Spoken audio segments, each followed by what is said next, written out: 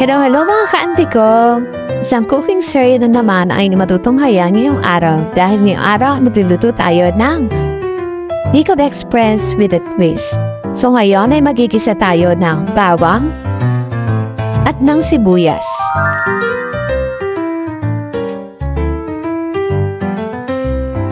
Pagkatapos ay naglagay ako dito na kanina niluto nating alamang.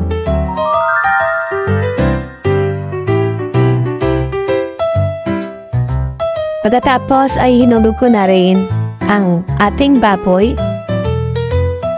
at haluin lang to hanggang mag-well combine ang alamang at ang baboy at hayaan itong kumulo.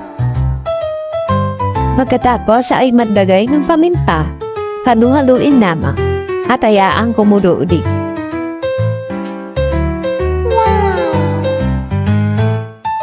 At pagkatapos, ilagay na natin ang ating pangalawang piga ng ating gata at hayaan ulit ito kumulo.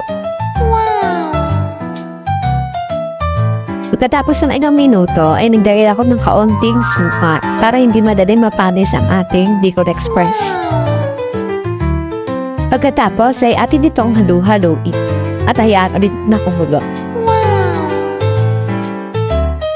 At pagkatapos ay nilagay ko na ang ating sili. Kaunting sili lamang kasi hindi naman sila masyadong mahilig sa maanghang.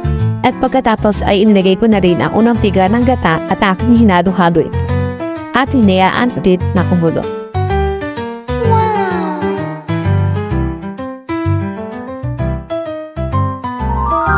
At ayan ay sobrang kulong-kulo na ang ating Bicol Express at ito na ay ilalagay ko na ang ating sitaw. Ayan, yan ang twist ng ating Bicol Express. Ito ay may sitaw kasi gusto ko na may gulay pa rin ang ating karne para may medyo crunchiness ang ating Bicol Express.